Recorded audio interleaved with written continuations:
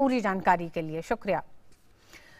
दुनिया भर में बंजर जमीन को बचाने के लिए COP14 का दिल्ली में आयोजन होगा। इसमें मरुस्थलीकरण, भूमि संरक्षण और सूखे पर चर्चा होगी।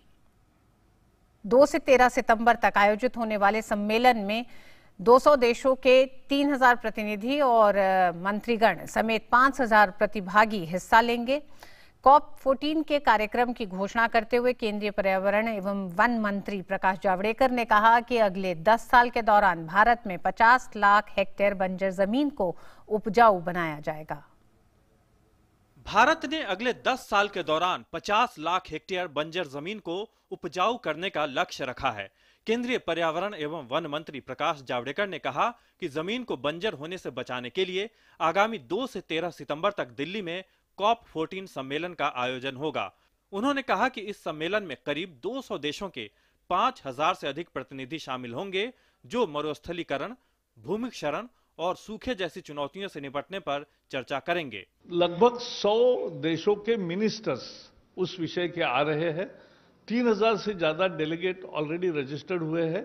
200 देश इसमें पार्टिसिपेट करेंगे।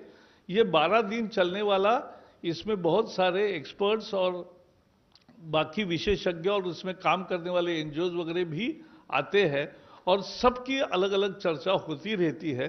उससे एक नवनीत निकलता है और वो नवनीत न्यू दिल्ली डिक्लेरेशन के रूप में आप सबके सामने आ जाएगा। गौरतलब है कि विश्व की 1/3 यानी करीब 4 अरब हेक्टेयर जमीन मरुस्थलीकरण से प्रभावित है और इसका असर 25 करोड़ लोगों पर पड़ रहा है। भारत में ये समस्या और भी गंभीर है, जहां करीब 29% जमीन मरुस्थलीकरण और भूमि क्षरण से प्रभावित है। ऐसे में भारत के लिए ये सम्मेलन काफी अहमियत रखता है। 50 लाख हेक्टेयर ऐसी खराब हुई जमीन का पुनर्स्थापना करना, उसको फिर से विकसित करके उपजाऊ बनाना, ये चैलेंज हमने लिया है और उसके साथ साथ एक सेंटर ऑफ एक्सेलेंस देहरादून में बिठाए, ये भी हमने तय किया है। और दिल्ली डिक्लेरेशन जो तय होगा उसमें अनेक कार्यक्रम तय होंगे, उस सभी में भी भारत बराबरी की भागीदारी भी करेगा और दुनिया को आगे बढ़ाने के लिए प्रोत्साहित भी करेगा। COP14 सम्मेलन के दौरान उपजाऊ जमीन के मरुस्थलीकरण और क्षरण को रोकने के लिए पिछले 2 साल में किए गए कार्यों की समीक्षा की जाएगी। COP14 के दौरान न केवल भूमि प्रबंधन और योजना पर चर्चा होगी, बल्कि इस दिशा में स्थानीय, राष्ट्रीय और वैश्विक स्तर पर क्या कदम उठाए जा सकते हैं, इस पर भी विचार विमर्श किया जाएगा। इस दौरान दिल्ली घोषणा पत्र का भी ऐलान होगा। Nishant Saurabh, DD news, Delhi.